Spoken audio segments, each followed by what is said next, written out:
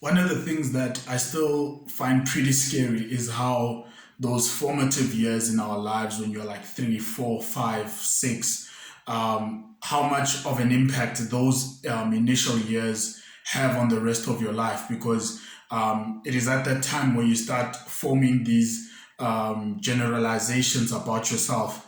And more often than not, that's the part of yourself that you think when you say that I know who I am and whatever. Generally, it's these ideas that we've shaped at that point.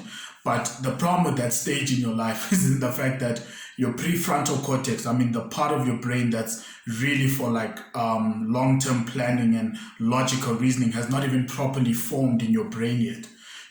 And so we find ourselves with these ideas of ourselves that were formed by an immature self. And that part of ourselves goes on and determines such a huge portion of our lives.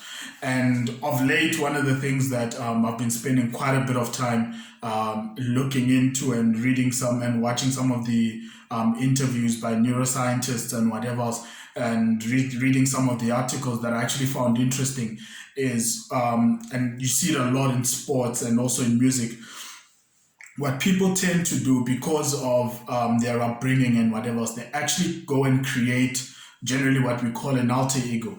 They go and create another version of themselves that doesn't have the limitations and the frailties that the person that we think we are actually has. What comes to mind is someone like a Beyonce who grows up in church and whatever else, but now goes on to become this huge idol, but now goes and struggles initially with this idea of who she thinks she is and where she grew up versus who now she has to become on stage. And so she goes and creates this idea or this alter ego called Sasha Fierce in order to be able to do what she needs to do on stage. You find a similar idea with Eminem, who goes and creates the idea of Slim Shady, who in order for him to be able to get on stage and do what he actually has to do.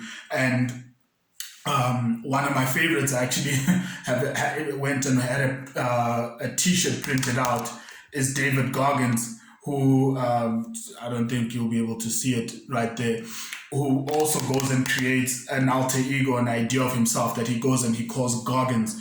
And what they tend to do is that they look at their frailties, they look at those limitations, they look at their insecurities, but they realize that in order for me to actually achieve this thing that I say I want, I'm going to actually have to create an entirely new character altogether, an entirely new being altogether. And when I show up for that thing, I'm going to have to show up as this person who doesn't have these insecurities that I have, because these insecurities are keeping me from what I actually want. These insecurities are keeping me from the goals that I've set for myself. But because of my insecurities, because of perhaps my upbringing, because of what I've been through, I am this person, or I feel like I'm this person. But in order for me to do what I want to do, I'm going to have to create this entirely new being. I'm going to have to create this entirely new person. And whenever that person shows up, whenever I have to put on that person, whenever I have to become that person, that's the person that's going to make it happen. That's the person that's going to go after our goals. And to me, that is such a powerful idea. And I mean, there are so many people that you're finding a similar thing. You're finding the late Kobe Bryant. He has the idea of basically, what did he call it? Mamba mentality. He would call himself the Black Mamba. And when he's in that state, he borders on unstoppable. If you've watched the documentary by that follows basically the career of Michael Jordan, but also his teammates. At that point, you find that situation where basically they call it, he says he took something personally. And whenever you find that situation where he says that he took it personally, you see situations where now he goes above and beyond. He actually enters into a state, he enters into a cognitive state where it borders on, he's almost unstoppable. And they create these ideas, they create these alter egos, they create these people or these pockets of space, these pockets of mentalities that when they go into that space, they are unstoppable. The only thing that matters is achieving that specific goal. And I think that's one of the things that we ourselves need to find ourselves doing. If you find yourself with a specific insecurity, if you find yourself with a specific idea about yourself that somehow is actually holding you back, then perhaps what you need to do is actually create another you. And generally, professionally, that's even what I've done. You know, when I wake up in the morning and I was called two names. You know, I've got two names. So I've got my name Paul and I've got my name Tabi. So both of them are my names.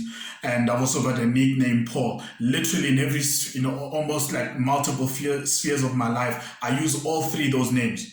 I use all of them. And whenever someone speaks to me and they say Tabi, so I know who exactly they are looking for. I know the kind of individual. I know exactly what they're expecting. I know the kind of attitude. I've created that, and professionally, that's really who I am in terms of my career and whatever else. And I've created all of these ideas, but all of those are specific. All of those, not necessarily, it's not even a thing of having multiple personalities and whatever else. It is about understanding your specific frailties and insecurities, but seeing how they are holding you back in something that you actually want. And so you're going to create an entirely new idea altogether.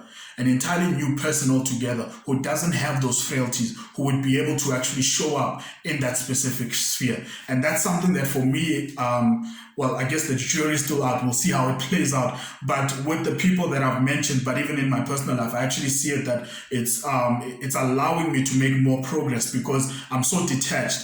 Whatever this guy does, the risks that he takes and whatever else, I'm detached from that. And so I can actually look at that objectively. I can look at my career objectively and say, okay, in order for me to achieve what I want to achieve, I'm actually going to be like this. I'm actually going to have to become like this. I'm actually going to have to do this and whatever. And once I can actually do that, I can actually separate my own frailties to this individual. And to me, I think it really has been giving off a lot of dividends in so many areas of my life because of the fact that I look at what I want to do, I look at what I want to achieve, and then I think about the kind of person who I would have to become to achieve that. And more often than not, what I want to do is so far out of my comfort zone. It makes me feel so insecure. I mean, even sitting in front of a camera actually makes me feel insecure. But I have to become this other person. I have to think of another person altogether that would allow me to do the very thing that I really want to do.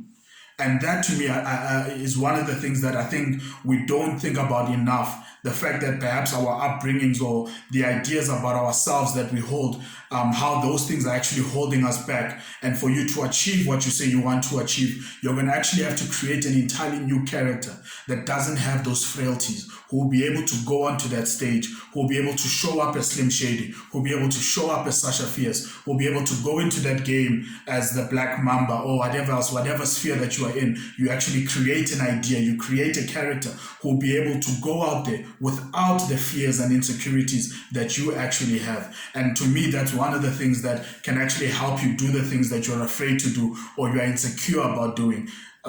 Those things aren't necessarily the truth. And once you can create a character that is devoid of those things, you actually realize that you have the capacity. It's just the way that you see yourself that tends to be the problem.